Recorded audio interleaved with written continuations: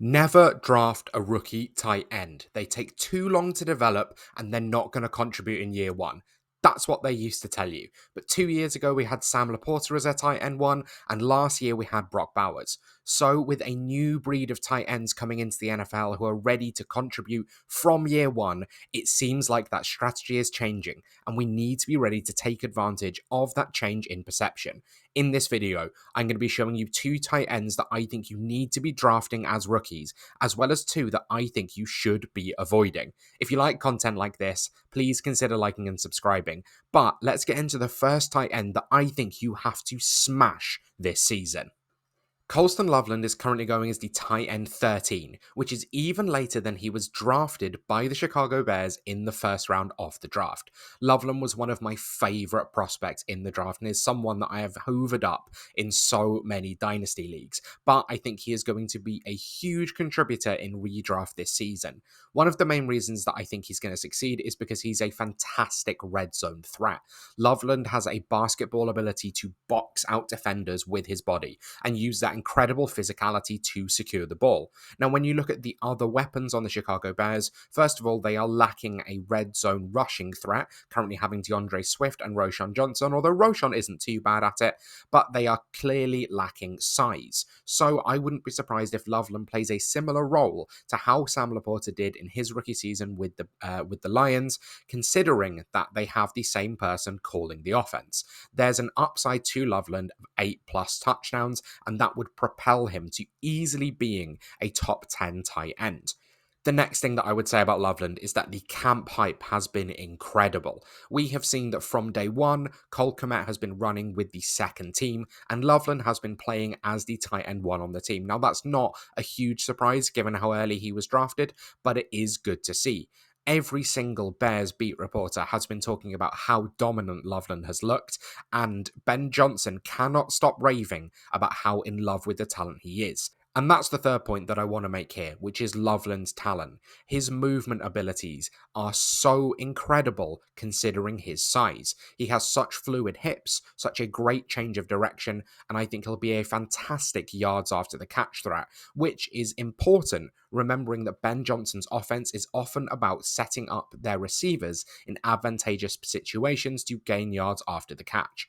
I wouldn't be surprised to see Colston Loveland be the target leader on this team in his rookie season, but even if he finishes as the third target behind DJ Moore and Rome Odunze, I would be stunned if he doesn't finish as a top 10 tight end at the absolute floor. And him being drafted at tight end 13 is a huge market opportunity to get someone who I think is going to be relevant the moment they step foot on the field. Despite being drafted just after him, Tyler Warren is currently going ahead of Colston Loveland in Fantasy Pros ADP, which is combined from a few different sources. And this is a massive surprise to me. There's a few reasons why I think Tyler Warren is likely an avoid. And obviously there's a slight bias here because this is coming from someone who had Loveland as their tight end one and Warren just behind. The first thing that I would say about Warren is the concerns about the offense. We don't know who's going to be starting at quarterback, but we know that it's either going to be Daniel Jones or Anthony Richardson, which is basically like choosing between a rock and a hard place, or a pile of shit and a slightly bigger pile of shit. Neither of them have been able to provide fantasy value for their weapons, even if they can produce individual fantasy value on the ground. Daniel Jones is probably the slightly better option when it comes to providing some sort of value or more accurate placing for the targets. But to be honest, the offense is so concerning to me that I think it's more likely that a lot of the work happens on the ground in Indianapolis next year and that they struggle through the air. The other thing that I would say about Warren is that I have some concerns about his college profile. When you watch Penn State, it seemed like in his final season, Tyler Warren was the entire offense, and that is 100% the case. He was essentially playing as a quarterback, running back, tight end, and wide receiver. and everything was just about manufacturing production to get the ball in Warren's hands. Now, he was incredible when he got the ball, an incredibly dominant and physical specimen with yards after the catch and the ability to break a play open seemingly all on his own. But his college profile isn't going to translate to the NFL, where everyone is just as good as an athlete as you are. And without those testing numbers at the combine, we don't know if Tyler Warren is truly as dominant of an athlete as it seemed like he was in college. So there's some concerns for me about his profile translating to the NFL. I'm very happy to be proven wrong about Warren, and it turns out he is the next George Kittle and just as physically dominant, but I will believe that when I see it. The other thing that I'll say, and another reason why I'm a little bit concerned, is I'm just not quite sure how this receiving depth chart is going to wind out. They have Josh Downs, Michael Pittman, Adonai Mitchell, and Alec Pierce, who the coaching staff seem to absolutely love. Now, there's a chance that Warren is the best receiver out of the 5 of those options, but I think the coaching staff really like Michael Pittman and Josh Downs. So there's a world in which Tyler Warren finishes as the 3rd target leader on a team with low quality targets and a low volume of targets in the first place, which to me means that at cost, I don't really see how he can replicate on this value compared to some of the other options going in a similar range. If you are picking and it is a straight choice between Warren and Loveland, I can't really understand a reason why you'd want to go Warren. While you're here, please consider liking this video, dropping a comment, and subscribing. Let me know down below if there are any rookie tight ends that I've missed out that you think I need to be talking about this offseason, or someone really under the radar that you maybe don't want people targeting so that you can get them with your last pick. But subscribe to the channel. I'm so close to 600 subscribers, and I'd love for you to see all the great content that I've got coming up this season. Elijah Arroyo is going as the tight end 29, but every single report of him out of training camp seems like he has been absolutely dominant. The concerns with Arroyo weren't really about his ability, it was about injuries, and that was a huge factor. He saw various lower body injuries all throughout his time in college and even missed some of the combine because he was struggling with a knee injury. But with him currently staying healthy, it is clear that he is the tight end 1 on this depth chart, and he is a huge big play threat. One of the big things that I would say about Elijah Arroyo, and one of the reasons why I really like him for this season, is his versatility, and this comes down to the match with Sam Darnold. Elijah Arroyo is someone who is great at breaking plays open down the seam, can work as an outside wide receiver with camp reports that he has been playing on the outside. And when you look at the way that Sam Darnold likes to play compared to the other weapons in front of him in Jackson Smith and Jigba and Cooper Kupp, there's a world in which Arroyo can actually end up being the dominant outside threat and play more as an X receiver than as a typical tight end.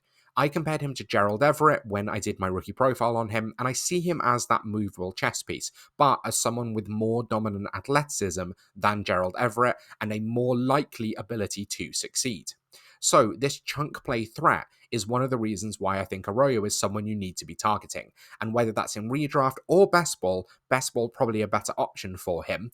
That ability to break a play open, particularly down the seam, and get yards after the catch is a reason why I think he can truly be dominant in fantasy football this year. Is he going to be a consistent every week starter? Probably not. Is he going to have multiple top 5 weeks where he goes for 80 yards on a score? Yes, I fully believe that's going to be the case. And the final factor why I think he's going to be relevant in redraft this season is that there is now no Noah Fant on this depth chart. They cut Noah Fant just last week, meaning that Arroyo is the clear starter. The only really competitor for targets is AJ Barner. But when you look across the receiving options on this team, after Smith and Jigba and Cooper Kupp, it's rookie wide receiver Torrey Horton, Marquez Valdez-Scantling, who will get a fair amount of deep targets, and then Arroyo himself. The depth chart is wide open for Arroyo to be a dominant receiver in his rookie season. And if he can stay healthy, I think he has the upside to be the highest point scoring rookie at the tight end position. And you can quote me on that one. Terrance Ferguson of the LA Rams is going one spot after Arroyo as the tight end 30. And as much as it pains me to praise a Seahawks tight end and talk about not drafting a Rams one, I think there are a few concerns in his profile which would make me a bit hesitant to take him going into this season. First of all is the question about early season production. Sometimes with Rams rookies, it takes them a little bit of time to get up to speed because the Sean McVay offense is a little bit confusing to get a bit of a grip of. And I think that with Tyler Higbee fully healthy and Puka Nacua and Devontae Adams as the starting receivers, it will take a bit of time for Ferguson to get into the rotation. The Rams are carrying 4 tight ends currently, and beat reporters seem to think it's likely that they'll continue to do so going into the season. So Ferguson might start off as the tight end 2 or even tight end 3 to open up his career, with Tyler Higbee being the clear number 1 tight end to open up the season. Now, that doesn't mean that Ferguson can't contribute down the stretch, but it means that if you draft him, you might struggle for production early on in the season. If he's someone that you really like, it might be worth waiting to see if he's on waivers or waiting to let someone else draft him and then you pick him up after he gets dropped. The other thing that I think is important is that he has missed a bit of training camp with a niggling injury. It shouldn't be an issue for him going into the season, but missing one of the joint practices is huge, given that the Rams don't tend to play their starters in the preseason. Ferguson may get some running time when it comes into the preseason, but with the Rams, if he's playing there, that's not a good sign for his development with the team and for his ability to start week 1 and be fancy relevant. And this is the other point about Terrance Ferguson.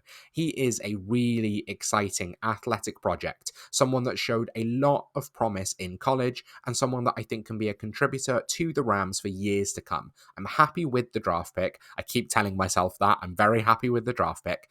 But he is clearly a developmental option. And at the beginning of the video, when I spoke about rookie tight ends take time to develop, that is normally still the case. It's a complicated position. It's often physical freaks who are taken there who tend to take a little bit of time to then break out and put things together. And I think Ferguson is a classic example of this. Year 2 and year 3 and beyond Ferguson is someone that I'm really into at the right cost. But rookie season Ferguson in redraft is someone that I think you should probably be avoiding.